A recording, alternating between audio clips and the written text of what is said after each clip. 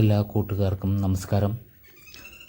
നമ്മുടെ തോട്ടത്തിലെ പുതിയൊരു വിശേഷം പങ്കുവെക്കാനാണ് ഇന്ന് ഞാൻ വന്നിരിക്കുന്നത്.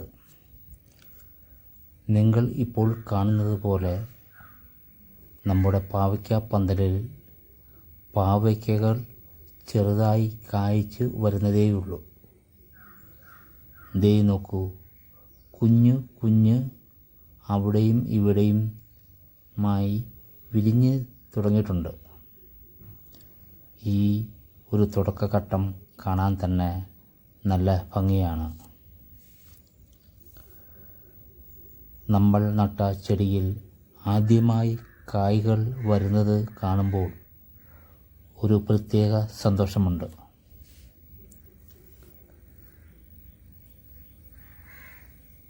പാവയ്ക്ക കൃഷിയിൽ ഏറ്റവും ശ്രദ്ധിക്കേണ്ട സമയമാണിത്.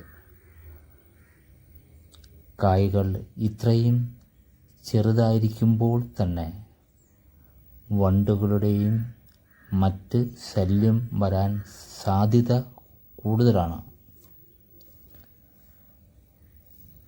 അതുകൊണ്ട് ഇവയെ സംരക്ഷിക്കാൻ ഈ പ്രായത്തിൽ തന്നെ ചെറിയ പേപ്പർ കവറുകളോ കവറിംഗ് നെറ്റുകളോ ഇട്ട് കൊടുക്കുന്നത് വളരെ നല്ലതാണ്.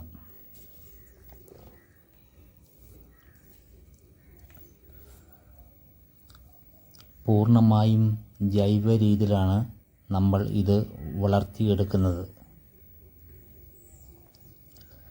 ചാണകപ്പൊടിയും വേപ്പിൻ പിണ്ണാക്കുമൊക്കെയാണ് പ്രധാന വളം. ഇനിയിപ്പോൾ കായ്കൾ നല്ലതുപോലെ പിടിക്കാനും വലിപ്പം വെക്കുവാനും കുറച്ചുകൂടി ശ്രദ്ധിക്കേണ്ടതുണ്ട്. ഈ കുഞ്ഞ് കായ്കൾ കുറച്ചു ദിവസങ്ങൾക്കുള്ളിൽ നല്ല വലിപ്പമുള്ള പാവയ്ക്കകളായി മാറും.